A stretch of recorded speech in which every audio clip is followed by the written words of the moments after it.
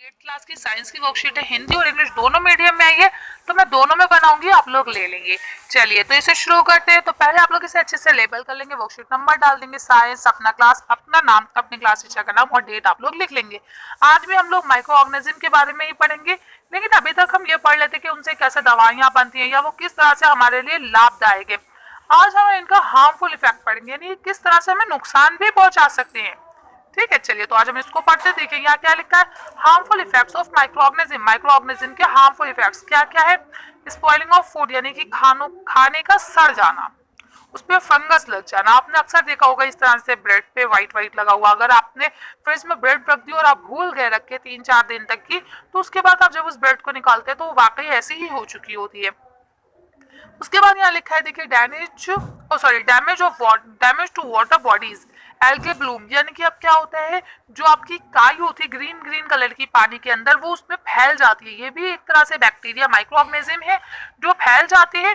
और उसके बाद क्या होता है कि जो पानी वाले जानवर हैं, मछली वगैरह है, वो उनको खत्म कर देते हैं, उनको मारने लगते हैं। इसके बाद नेक्स्ट आपको दिया गया है causes disease in human and other animal, malaria, TB, typhoid etcetera. और ये लोगों के अंदर, इंसानों जानवरों के अंदर बीमारियों को भी पैदा कर देते हैं। इसी तरह से हम यहाँ लिखा है कि some fungus can causes destructions to cloth, paper, leather on storage, यानी कुछ कभी कभार ऐसा भी होता है कि हम कुछ लेदर का, कपड़े या इस तरह से कोई चीज रखें तो वो खराब भी हो जाती है फंगी के जरिए। ठीक है, उसमें फंगस लग जाता है। उसके बाद अगला क्या बोलते हैं कि देखिए कुछ डिजीजेस यहाँ लिखा गया है। देखिए यहाँ लिखा गया कुछ डिजीजेस जो है वो आपकी किससे होती हैं। इसमें कुछ ऐसी भी डिजीजेस हैं जो आपको प्लांट्स में भी नजर आती है। जैसे कि ये देखिए, आप यहाँ देख सकते हैं कि किस तरह से ये प्लांट जो है खराब हो चुके हैं, इसमें कुछ डॉट बन के आ रहे हैं। ठीक, ये पेड़ों को भी खराब करते हैं। तो इस तरह से ये आपकी हो गए सारे के किस तरह से ये हमारे लिए नुकसानदेह भी हैं। अब यहाँ लिखा है सो फार बहुत पहले we have learned about beneficial effects of the microorganism along with their medicines and commercial uses। अभी तक हमने उसको क्या पढ़ा था, इसकी अच्छी अच्छी बातें ही पढ़ी थी कि माइक्रोऑर्गेनिज्म किस तरह से हमारे लिए फायदेमंद है, किस तरह से इसकी दवाइयां बनती है, किस तरह से हम लोग इसको कमर्शियल यूज भी ले सकते हैं। ठीक है, लेकिन आज हम जो पढ़ रहे हैं, आज हम क्या पढ़ रहे हैं कि बिसाइड दिस, ये अच्छे अच्छे पॉइंट्स के बावजूद भी इसके पीछे भी some of microorganism are very harmful to us in various way. कुछ अच्छे माइक्रोऑर्गेनिज्म के पीछे कुछ बुरे माइक्रोऑर्गेनिज्म भी हैं जो हमारे लिए बहुत ज्यादा हानिकारक है, अलग अलग तरीकों से, वेरियस भी अलग अलग तरीकों से, एज शोन अबव, जैसा कि आपको ऊपर दिखाया गया है। They cause various communicable disease in plants, ये प्लांट्स में, एनिमल्स में और ह्यूमन बीइंग में, सब में कुछ ना कुछ कमियां भी पैदा कर सकते हैं। जहां ये अच्छे अच्छे काम करते हैं वहां ये हमें बीमारियां भी दे सकते हैं। ठीक, अब अगला क्या लिखा है, some microorganism have other harmful effects such as poisoning of food, यानी खाने का सड़ जाना, एल्गे ब्लूम, ठीक, किस तरह से एल्गे फैल गया पूरे में, damage to clothes and leather item etcetera. इस तरह से आपकी ये सारी चीजें जो है ये किसके अंदर आती है, ये भी माइक्रो ऑर्गेनिज्म के अंदर आती है, ये भी माइक्रो ऑर्गेनिज्म के द्वारा ही होती है। तो आप इसे इस तरह से अच्छे से लिख लेंगे। चलिए अगला क्या लिखा है, the disease causing micro organism is called the pathogen. तो जो डिजीज, जो बीमारियां माइक्रो ऑर्गेनिज्म के द्वारा होती है उसको हम लोग क्या कहते हैं, पैथोलॉजन कहते हैं।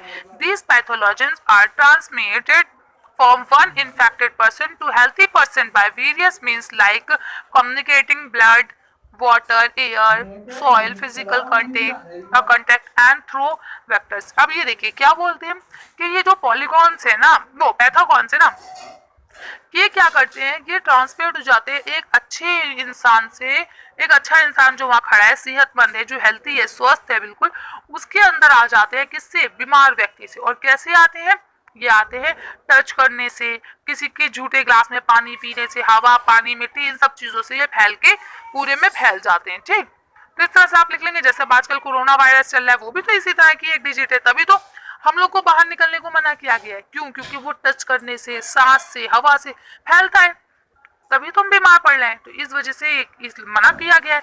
चलिए तो अब हम लोग आगे देख लेते हैं। अब आपका नेक्स्ट क्वेश्चन याद है, चेक योरसेल्फ। अब अपने आप को जांचे कि आपने इस वर्कशीट से कितना सीखा। पहला क्वेश्चन क्या है, right any 3 harmful effects of microorganism. Microorganism के 3 खराब प्रभाव बताइए। चलिए इसका आंसर देखते हैं हम लोग। आंसर यहाँ से लिखेंगे कि some microorganism have other harmful effects, कुछ माइक्रो ऑर्गेनिज्म ऐसे हैं जिनके दूसरे हार्मफुल इफेक्ट्स भी होते हैं, जैसे स्पॉलेजेस ऑफ फूड्स, खाने का सड़ जाना, एल्गे ब्लूम, पानी में काई का फैलना, damage to clothes and leather items etcetera. इसके अलावा और भी बहुत सारे हार्मफुल हो सकते हैं। आपसे 3 पूछे गए थे तो आपने 3 बता दिए। चलिए अगला देख लेते हैं हम लोग।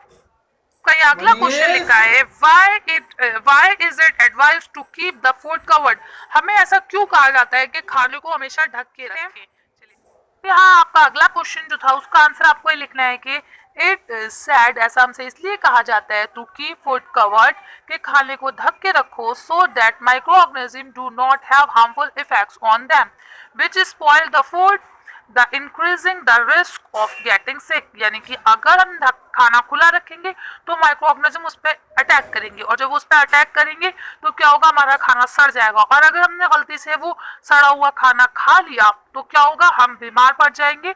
इस वजह से हमें खाने को हमेशा ढककर रखना चाहिए। चलिए नेक्स्ट क्वेश्चन देखते हैं हम लोग। तो आपका नेक्स्ट क्वेश्चन है व्हाट आर पैथोजन, ये पैथोजन क्या है, हाउ आर दे ट्रांसमिट, ये कैसे ट्रांसमिट होता है, एक जगह से दूसरी जगह कैसे जाता है। चलिए इसका आंसर देख लेते हैं। इसका आंसर यहाँ से लिखेंगे that disease causes micro organism are called the pathogen, यानी जो डिजीज माइक्रो ऑर्गेनिज्म के द्वारा होती है उसको हम लोग क्या बोलते हैं, पैथोलॉजन बोलते हैं। These pathogens are transmitted from one infected person to healthy person by various means like contaminated blood, water, air, soil, physical contact and through vectors, यानी इस तरह से बहुत सारी चीजें जैसे हवा, पानी, इन सब के जरिए ये हमारे अंदर एक अच्छे इंसान में, जो एक हेल्थी पर्सन है उसके अंदर घुस जाता है एक बीमार व्यक्ति से। एग्जाम्पल कैसे दे सकते, जैसे मान लीजिए एक बीमार व्यक्ति, उसको नजला हुआ, उसने छींक दिया, अब वह एक हेल्थी व्यक्ति खा रहा है तो वो जरासीम उसके अंदर जाएंगे और वो भी बीमार पड़ जाएगा। या मान लीजिए एक बीमार आदमी ने किसी चीज में खाना खाया और आपने उसी के साथ शेयर कर लिया खाना, तो आप ठीक होने के बावजूद बीमार पड़ जाएंगे। कैसे, क्योंकि वो जरासीम उसके थ्रू उस चीज में आ गए, अब वही चीज आपने खाई तो वो जरासीम आपके अंदर चले गए। ठीक, तो इस तरह से आप लोग ये आंसर कर लेंगे। चलिए नेक्स्ट क्वेश्चन देखते हैं अब हम लोग। अब आपका लास्ट क्वेश्चन है कि name 2 disease caused bye micro organism, ऐसी 2 बीमारियों के नाम बताएं जो माइक्रो ऑर्गेनिज्म के द्वारा होती हैं। चलिए इसका आंसर देख के वीडियो को फिनिश करेंगे। इसका आंसर लिखेंगे disease caused by the micro organism in human and other animals, यानी वो डिजीज, वो बीमारियां जो माइक्रो ऑर्गेनिज्म के जरिए इंसानों में या जानवरों में आती है, वो क्या है, मलेरिया, टीबी, टाइफाइड, ये चीजें आप लिख लेंगे। तो आज इस तरह से हमारी बुक्स नहीं खत्म होती है। आज की वीडियो बस इतना ही। अगर आपको हमारी वीडियो पसंद आई हो तो प्लीज इसे लाइक और शेयर करें। अगर अभी तक आपने हमारे चैनल को सब्सक्राइब नहीं करा तो प्लीज हमारे चैनल को सब्सक्राइब करें। Thank you for watching.